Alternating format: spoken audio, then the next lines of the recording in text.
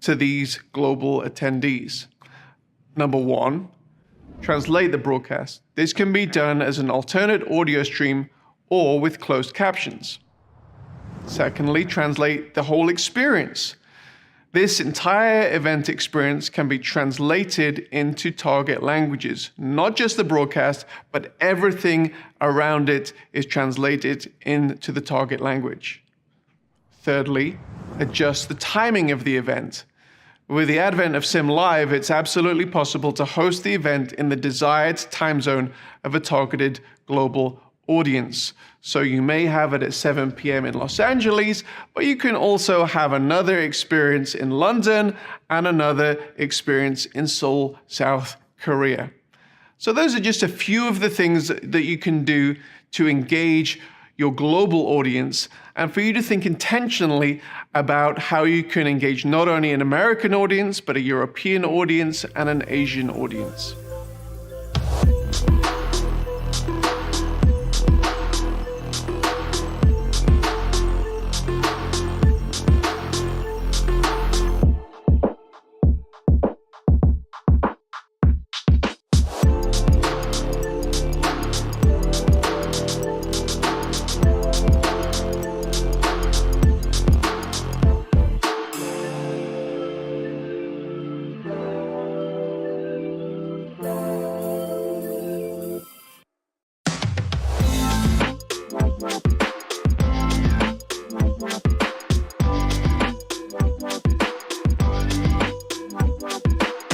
Networking is one of the principal goals of many events.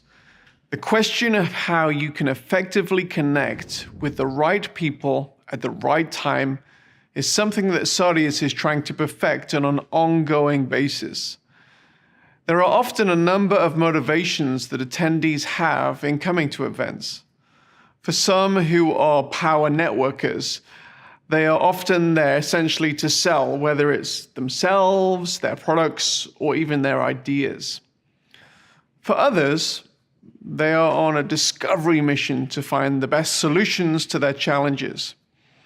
Some are highly motivated to meet with the people they need to meet with, and others want to simply lurk and not network at all. Satisfying the needs of all types can be a challenge. There are a number of solutions out there that provide a serendipitous type of networking that you may have at a physical event. We believe networking and the ability to exchange online business cards doesn't have to be this hit or miss experience and can be more intentional than that which can be found in in-person events. One component of networking in an online event is networking around ideas or on the basis of geographic location or affinity group. And we've already looked at this a little bit when we looked at watch parties in the main plenary sessions or breakout rooms. This is a great way to engage around ideas or unique challenges for individuals in geographic locations. And somebody says something that you like and you can respond to them and actually network around those ideas. This is a great way of networking, and I might add, it's not really easy to implement that as a feature in a physical event. Another way to network is in the exhibition hall itself.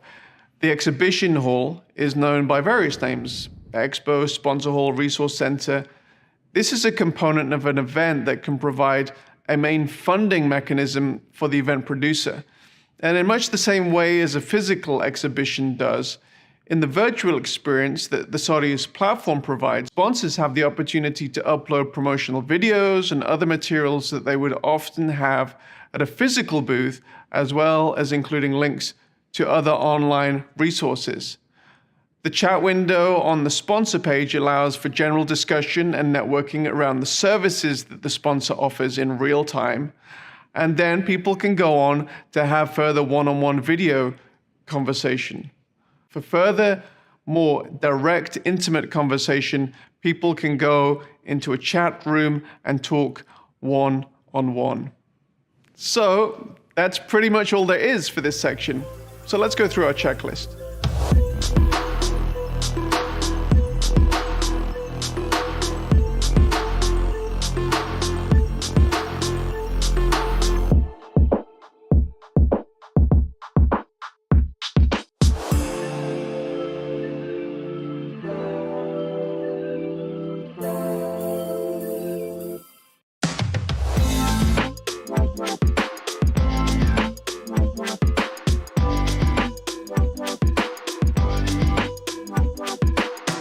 While there are many benefits for event broadcasts to occur in real time with an audience experiencing the event at the same time, there are different benefits in both supplying an event with extra video-on-demand content. This may be extra content that you build into the event intentionally from the outset of the event, maybe content related to the main sessions and breakouts, and maybe related to different audience segments. Or it may be the post-event video on-demand content. It's helpful for you to give some thought regarding how you would like the event to look after the live portion of the event is over. The immediate purpose for video-on-demand content is as a catch-up service so that your attendees don't miss the content that has just occurred. This may be through including a basic DVR functionality on the live player, or having video-on-demand archives available to access immediately after the session. For catch-up purposes, you will often find that people will access this archive content close to the event. However, this demand will often gradually tail off. While you can archive your content by event session 1, 2, 3, 4, if your event has a strong speaker lineup and subject flow, it may be wise to include video archives that can be organized by speaker, by topic, or by any other genre of metadata that you've selected. Our experience shows that even old archival content can be resurrected with new demand if placed in the right setting. If building a strong post-archive experience is something you want to achieve, it's important that when you're planning for the event, you ask the basic permissions that are needed for this to happen. On the Saudius platform, we will help you create what we call the quote-unquote post-event, which is what the event will look like to the event audience or any other audience who subsequently signs up to the event after it is finished. With this being the case, it's important to finish the event strongly and provide thought as to how you can maximize the benefit of the experience. Unlike an exclusively on-site in-person event, a virtual event gives you the opportunity to create a more curated, ongoing experience for a much longer time after the actual live event has finished. Determining the right analytics. Now, this little part of our guide could have been placed near the beginning, as it goes hand in hand with determining your metrics of success. However, it is also typically the last part of the event. It's important with any event that